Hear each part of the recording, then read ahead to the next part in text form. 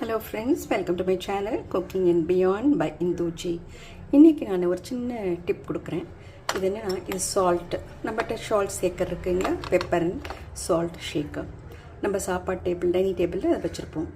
So இது பாருங்கள், எஸ்ன்னு போட்டுருக்கு இல்லையா, இது சால்ட்டு. இது நிறைய வாட்டர் இருக்கும். இது பாருங்கள், பெப்பர், மிஸ்டேக் பி பெப்பர், மிளகு.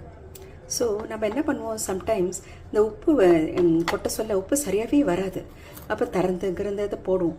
ஸோ எப்போவுமே என்ன பண்ணணும், உப்பு நல்லா க்ளீன், இந்த பாட்டிலை நல்லா க்ளீன் பண்ணிவிட்டு ட்ரையாக பண்ணிவிட்டு அதுக்கப்புறம் இந்த மாதிரி உப்பை நம்ம நல்லா கொட்டிடணும்.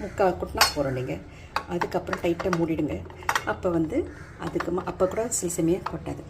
அதுக்கப்புறம் நம்ம என்ன பண்ணணும், இதில் பாருங்கள், நான் அரிசி சேர்த்துருக்கேன். பார்த்திங்கன்னா உங்களுக்கு தெரியுதா, அரிசி இருக்குது. இதில் அரிசி போட்டிருக்கேன். ஏன் அரிசி போட்டிருக்கேன், அது அந்த ஓட்டையில் அது ஓட்டை பண்ணி கொடுக்கும். அந்த இடத்துல அடைச்சிட்டு இருந்தாலும் அந்த அரிசியோட ஷார்ப்னஸ் அப்படியே உங்களுக்கு இது பண்ணும்.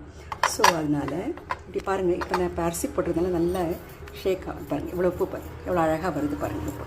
அந்த மாதிரி நீங்களும் ட்ரை பண்ணுங்கள். உப்பு வரலன்னு கவலைப்படாதீங்க.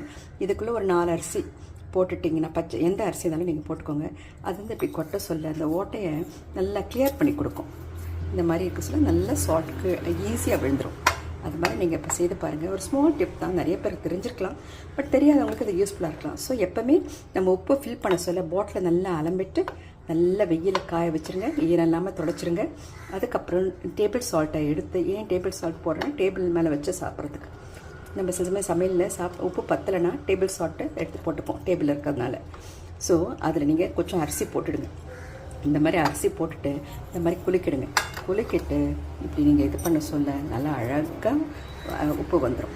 ஸோ பெப்பரும் நல்லா இது மாதிரி இது பண்ணலாம். பெப்பரும் அது மாதிரி போடலாம். ஸோ இந்த மாதிரி பெப்பர்லேயும் நீங்கள் உப்பு போடல, நான் போடலை. ஸோ அந்த மாதிரி நீங்கள் ட்ரை பண்ணி பாருங்கள். அதில் உப்பு போட்ட பிறகு அரிசி போட்டு நல்லா குலுக்கிட்டு அப்புறம் கொட்டினீங்கன்னா அழகாக உப்பு விழுந்துடும். சீக்கிரம் நிறைய விழுந்துடும்.